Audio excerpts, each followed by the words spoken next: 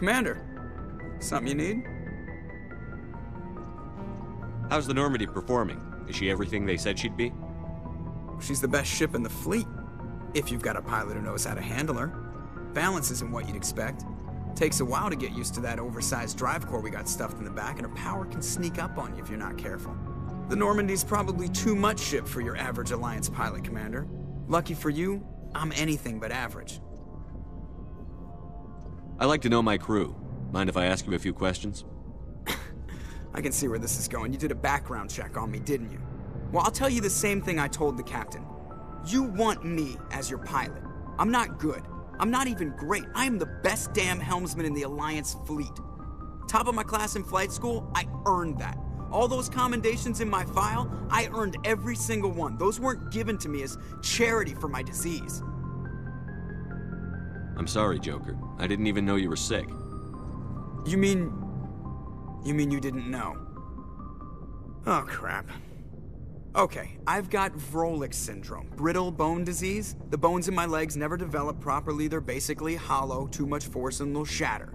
Even with crutches and my leg braces, it's hard to get around. One wrong step and crack! It's very dramatic, but I've learned to manage my condition, Commander. Put the Normandy in my hands and I'll make her dance for you. Just don't ask me to get up and dance unless, you like the sound of snapping shin bones. I need to know more about this Vrolik syndrome if I'm putting my ship in your hands. Yeah, of course you do. It's an extremely rare condition. Nobody knows exactly what causes it. Genetic, maybe. It's treatable, but there's no cure. They classify my case as moderate to severe. I was born with over a dozen fractures, hip, thighs, ankles. My bones were already breaking in the womb. 100 years ago, I wouldn't have survived past my first year. Lucky for me, modern medical science has turned me into a productive member of society. You're not gonna break a bone trying to fly the ship, are you? I don't fly with my feet, Commander, so I'm fine as long as I'm in this chair. I gotta be real careful when I get up to take a piss, though. I can do my job as well as anyone on the ship. Better, actually. So don't worry about it. I'm not trying to make you uncomfortable. Let's talk about something else. Whatever you want, Commander. Why does everyone call you Joker? It's a lot shorter than saying Alliance Flight Lieutenant Jeff Moreau. Plus, I love to make little children laugh. You're dodging the question. Look, I didn't pick the name. One of the instructors in flight school used to bug me about never smiling. She started calling me Joker, and it stuck. Why didn't you ever smile? Hey, I worked my ass off in flight school, Commander. The world's not gonna hand you anything if you go around grinning like an idiot. By the end of the year, I was the best pilot in the academy, even better than the instructors, and everybody knew it. They'd all got their asses kicked by the sickly kid with the creaky little legs. One guess who was smiling at graduation? How'd you end up joining the Alliance? Look, if you're looking for an inspirational tale of the crippled kid overcoming impossible odds, you're gonna be disappointed.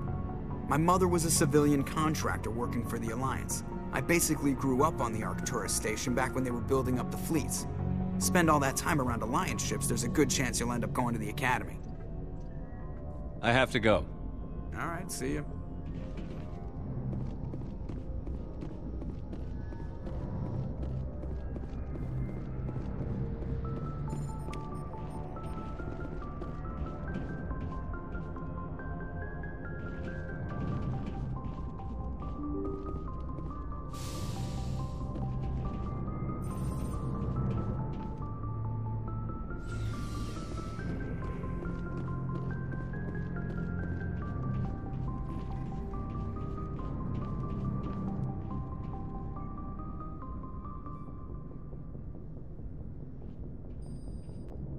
Anything you need, Commander?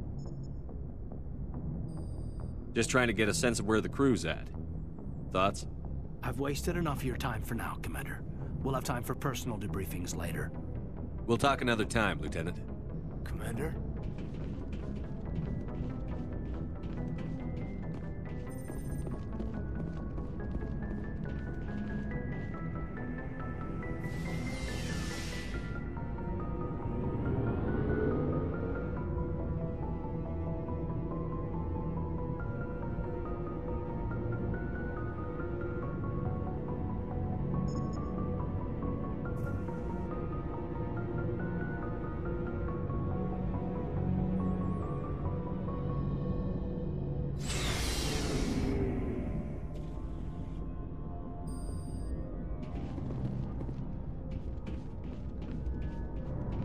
Thanks for bringing me on board, Commander. I knew working with the Spectre would be better than life at C-Sec. Have you worked with a Spectre before? Well, no, but I know what they're like. Spectres make their own rules. You're free to handle things your way. At C-Sec, you're buried by rules. The damn bureaucrats are always on your back. Being a Spectre does have its advantages. Exactly my point. If I'm trying to take down a suspect, it shouldn't matter how I do it, as long as I do it.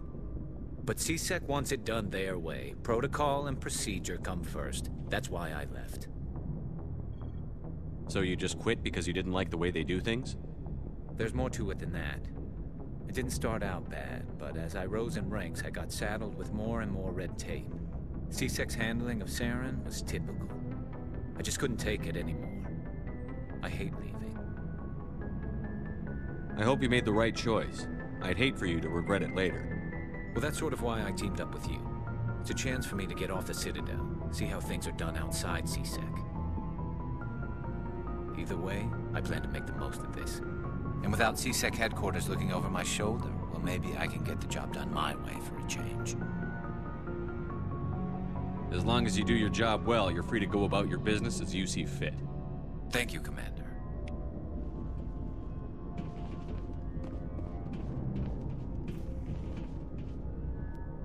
Commander? What's your opinion on the last mission? Kinda wish you'd got there sooner, Commander. No offense, I appreciate the rescue. I just wish... You wish we'd been able to save the rest of your unit? Yes, sir. If I had been more alert, we wouldn't have been cut down by an ambush. We never trained to fight synthetics. The Geth haven't gone beyond the Veil in 3 centuries. Our training's supposed to make us able to adapt. I'll make sure it doesn't happen again. Do you have a few minutes to talk one-on-one? I'm sorry, Commander. I need to get my duties squared away. I wouldn't mind talking more later, though. Dismissed, Chief. Sir. Nice ship you've got, Shepard. What can I do for you? What's your story, Rex? There's no story. Go ask the Quarian if you want stories. You Krogan lived for centuries. Don't tell me you haven't had a few interesting adventures. Well, there was this one time the Turians almost wiped out our entire race. That was fun. I heard about that. You know, they almost did the same to us. It's not the same. It seems pretty much the same to me. So your people were infected with a genetic mutation? An infection that makes only a few in 1,000 children survive birth? And I suppose it's destroying your entire species? I suppose it isn't all the same.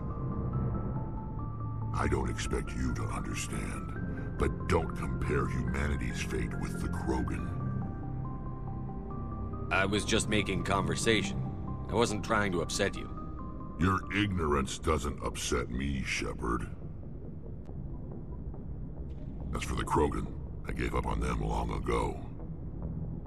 The genophage infected us, but it's not what's killing us. What can you tell me about the genophage? Ask the Salarians if you want details. They made it. All I know, it makes breeding nearly impossible. Thousands die in stillbirth, and most never get that far. Every Krogan is infected, every one, and no one's rushing to find a cure. Why don't the Krogan try to find a cure? When was the last time you saw a Krogan scientist? You ask a Krogan, would he rather find a cure for the genophage or fight for credits? He'll choose fighting every time. It's just who we are, Shepard. I can't change that. Nobody can. Are your people really dying? We're sure not getting any stronger. We're too spread out. None of us are interested in staying in our own system. Lots of species have left their homes and prospered. But they go to colonize new worlds. We're not settlers. We're warriors. We want to fight. So we leave.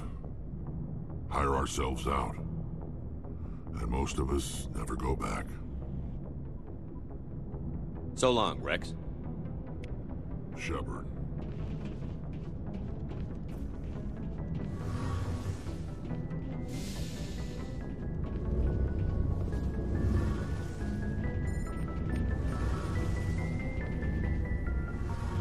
Hey, Commander, you know that Quarian, Tali? She's been spending all her time down here asking me about our engines. I'll tell her to leave you alone. What? No, she's amazing. I wish my guys were half as smart as she is. Give her a month on board and she'll know more about our engines than I do. She's got a real knack for technology, that one. I can see why you wanted her to come along. I figured she'd be a real asset to the team. You got an eye for Tali, Commander, but I'm guessing that's not why you came down here. Fill me in on the IES stealth systems. How does it work exactly? You can't hide a ship out in space. They emit too much heat and radiation. Too easy for sensors to pick them up, unless you find a way to capture those emissions. So our stealth systems trap the energy we give off in storage sinks built into the ship itself. No emissions to give away our location. Eventually the sinks have to be vented. More than a few hours silent running and they overheat. Cook us inside our own hull. There's no way for anyone to detect us? A visual scan can still pick us up. Anyone looking out a window can see us plain as day. But you have to be pretty close to get an actual visual out in space. Most vessels rely on scanners. As long as the stealth systems are engaged, they can't see us. Not unless we accelerate to FTL speeds. Why doesn't it work with faster-than-light travel? Cranking up to FTL blue shifts our emissions, pushes them into frequencies too high to capture in the sinks. As soon as we make the jump, it's like setting off a flare. Sensors can pick up our location whenever we enter or exit FTL flight, but for short-range missions, our stealth systems are amazing, and we've got the only one. I want to know more about the Normandy. She's the best ship I've ever served on, probably the fastest vessel ever designed, and she's the only one using the new Tantalus drive core. What's so special about the Tantalus drive core? Proportionally, it's about twice the size of any other vessel. Not only are we faster, but we can run at FTL speeds longer before we have to discharge the core. Where else have you served, Adams? If you name a class of Alliance ship, I've probably served on it. Everything from dreadnoughts and carriers right down to frigates like the Normandy. My last assignment was on the Tokyo, only a cruiser, but she was a good ship. Couldn't hold a candle to the Normandy, though.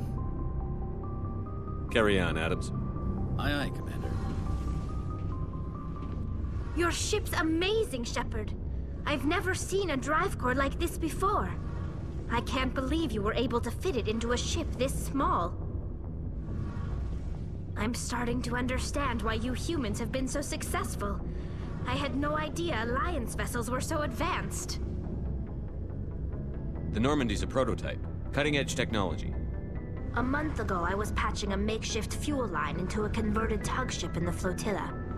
Now, I'm sitting on board one of the most advanced vessels in Citadel space. I have to thank you again for bringing me along. Traveling on a vessel like this is a dream come true for me. I had no idea you found ship technology so interesting. It comes with being a Quarian. The migrant fleet is the key to the survival of my people. Ships are our most valuable resource. But we don't have anything like this. We make do with cast-offs and second-hand equipment. We just try to keep them running for as long as we can. Some of the fleet's larger vessels date all the way back to our original flight from the Geth. I can't believe your fleet's still using ships that are 3 centuries old. They're constantly being repaired, modified, and refitted. They aren't pretty, but they work. Mostly. We've tried to make ourselves as independent as possible on the flotilla, grow our own food, mine and process our own fuel. But some things we just can't make on our own. A patch to maintain the hull integrity requires raw materials we just don't have. That's why our pilgrimages are so important. Tell me about your people. Our lives aren't easy. Resources are scarce, and we are constantly on the move. Everything we do must in some way contribute to the continuation of the migrant fleet. There are 17 million Quarians in the flotilla, and each of us relies on the others for survival. The bonds among my people are strong. Unfortunately, we have had to surrender many of the freedoms and civil liberties other species take for granted. What kind of freedoms?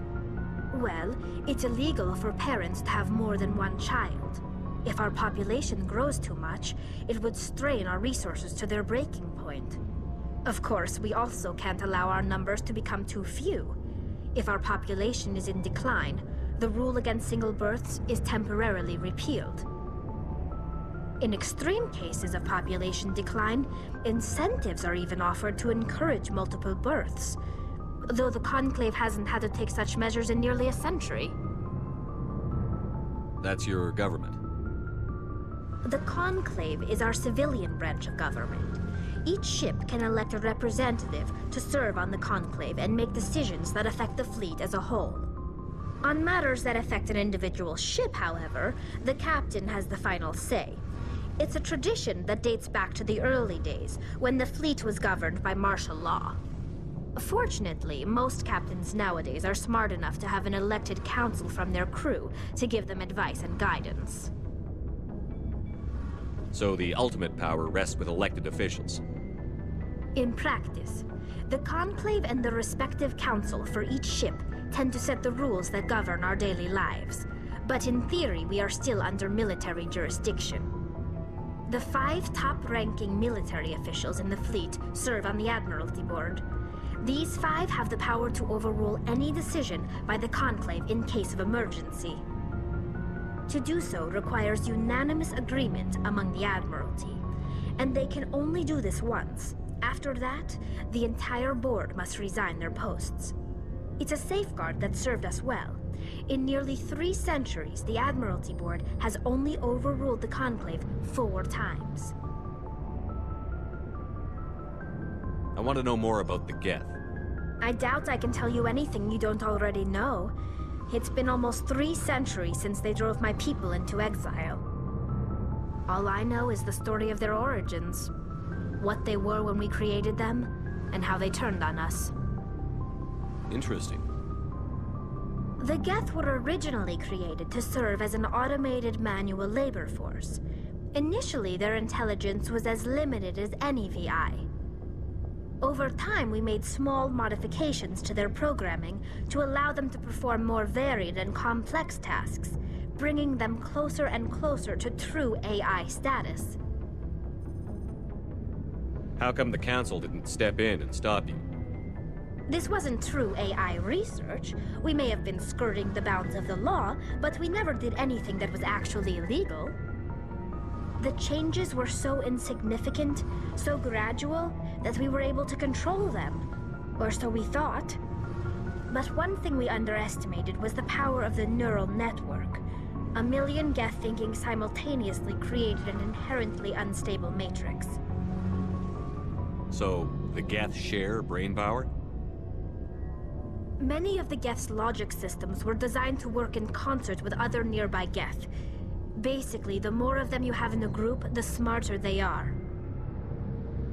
So there's some sort of group consciousness? No, nothing like that. They cannot share sensory data or information. Their programming cannot handle that much simultaneous input. Each Geth maintains an individual awareness and identity. The neural network only operates on a process-based level. It's basically the synthetic equivalent of a subconscious. But when they're in close proximity, they can coordinate low-level functional processes, freeing up more capacity for original or independent thought. That doesn't make any sense. I'm probably oversimplifying. The Geth are incredibly advanced and complex creations. All you need to know is that they get smarter when they gather in large numbers. As we built more and more Geth, their effective intelligence became more sophisticated, more abstract.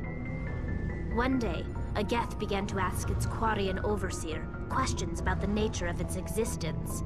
Am I alive? Why am I here? What is my purpose? As you can imagine, this caused a near panic among my people. I don't see what's so bad about those questions.